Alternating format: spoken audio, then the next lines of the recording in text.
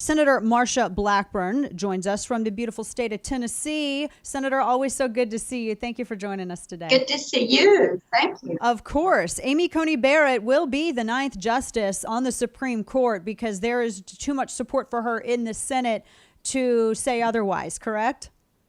You are correct about that. We are going to take her forward for a confirmation vote about 7 o'clock this evening, and then the president is going to swear her in a little bit later this evening. She will be on the Supreme Court as the 9th justice tomorrow. And this is, we're very happy. My producer's dancing right now. We are very happy about this because she is a great choice. And she was absolutely unassailable during those hearings. As you know, you have spoken out in her favor and have championed her confirmation. And amazingly, too, we were looking at the polls and Americans were overwhelmingly in favor of her. Go ahead and confirm her. There was no reason to hold it back.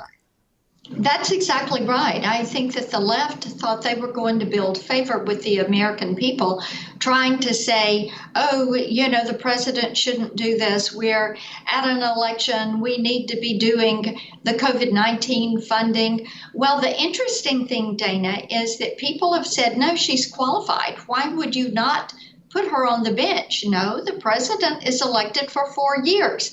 This is his constitutional duty to nominate somebody. Then it's up to the Senate for advice and consent. And people have said, take care of this job, put her on there. And the thing is, as you were saying, they're looking at COVID relief, and the Republicans have had 2 bills on the floor in the Senate, and not a single Democratic senator will vote for them. Well, we can't go to conference with the Democrats in the House until we pass a Senate bill. They don't want to solve this problem. They want to leave people locked down, out of work, and kids out of school. And it is awful, really awful, that Pelosi and the Democrats are using the American people as pawns, people that are out of work, that lost their job through no fault of their own, and they are using them as pawns because they think it improves their chances of winning the election. It was amazing, and dovetailing with that, the accusation that somehow the president and Republicans in Congress haven't done enough, Senator, to either prevent this. I mean, we had Mark Meadows who was talking to Jake Tapper, and the way that this is trying to be spun is that Republicans had no plan and Republicans didn't do anything to curtail it. Well, everything that they have said that they wanted, Senator Blackburn, I've seen Republicans do. They've eliminated the regulatory bureaucracy that was preventing the development of these fast tests, making sure that the ventilators and masks and everything, all the PPE could get out. I mean, there's nothing that they have suggested thus far that hasn't been done, and even more that they haven't discussed, Senator, that you and others have done in D.C. What you have to do is go back and look at what happened with the H1N1 crisis in 2009 under Barack Obama and Joe Biden. Dana, they went from April, when CDC told them that this was going to be a health emergency, until October, before they declared it a national health emergency. 60 million people were suffering from H1N1 flu. Now, it's not an apples to apples because H1N1 was not as deadly. But even you have Biden's chief of staff, Ron Klain, who last year said they dodged a bullet on this. Now, I've got to tell you something. You look at the process that was followed there, and it took them from April to October to make a decision and to get a national policy. And what did they do? They cleaned out the readiness stockpile that we had for pandemics, cleaned out all the PPE. Did they replenish it? No, they did not. And that is why there was a shortage of masks and face shields and hospital gowns and things that were necessary in order for healthcare workers to have what they needed to fight this virus. Yeah, and that's one thing that went sorely underreported by our legacy media, which has shown amazingly a complete lack of curiosity as it relates to Joe Biden, his son, Hunter Biden, the revelations that have come about because of that laptop, and as well the possibility of here you have Democrats their nominee for president being compromised by the communist Chinese because apparently they know all of this information and much more, things that we, the American voter, Senator, are just now learning about. What are your thoughts on this? And what really, I feel as though we're being told by Democrats in the press that we as the voter don't have the authority to ask about their nominee, someone who, heaven forbid, I've made it very clear where I stand. If he were to be in the White House, I would be concerned as to how much he would feel indebted to the communist Chinese for not revealing any of this until, now. What are your thoughts on this? Well, I think you have to say, where will Joe Biden's loyalties lie? And that is the question that should be answered. We know that when the NDI and the Department of State told him there were conflicts of interest around Hunter's business dealings, that nothing was done during the Obama-Biden administration. We also know that if Hunter is indebted to the Chinese, to the Ukrainians, to the Russians, to the Kazakhstanis, what is Biden going to do?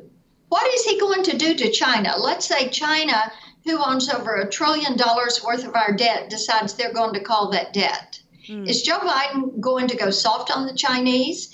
Is he going to stand up for our country? Is he going to feel like he needs to protect Hunter?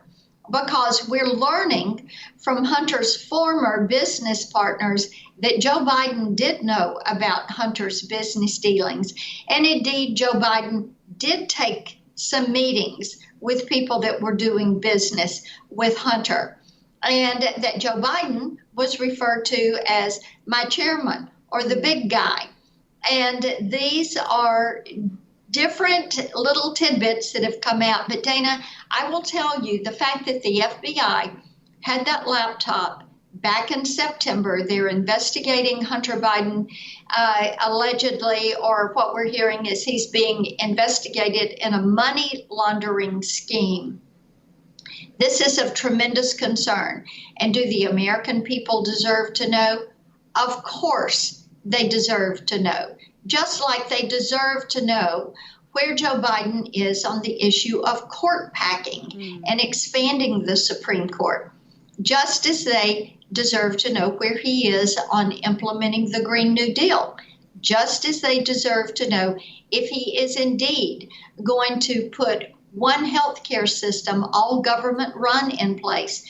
But, they don't want to give out any of those details. It is very similar to Nancy Pelosi's talk about the Affordable Care Act and Obamacare. You will have to pass it, and then we can read it and see what's in it. It feels like we are taking a huge gamble, and also where would President Joe Biden come down on trade with China and so many other situations that are now cropping up, and this after we have that press conference last week talking about the foreign interference in our elections. And it was kind of funny to see Christopher Wray up there as well, considering everything that we know with the laptop. But we're talking with Senator Marsha Blackburn of Tennessee. And Dana, all of this is one of the reasons the top trending search on Google yesterday was, how can I change my vote? Wow. Because people who have already voted for Joe Biden really are getting antsy about it now that they're finding out all of this. I bet they are. In some states, they actually can because Democrats allow them to. So that's going to be another one of those changes that's going to come back and bite them. I was actually pulling up. There's a number of states where they can actually go and change their vote. It's pretty amazing. It is the number one trending thing on Google. How can I change my vote? Because people are saying, oh my gosh, you mean this guy has a son who was trading on his father's name, and now he's being investigated for money laundering. And, they really are going to try to expand the Supreme Court. They're going to take away the Trump tax cuts. They're going to take away my health insurance, and they're going to try to do this all in the first 100 days of a Biden administration.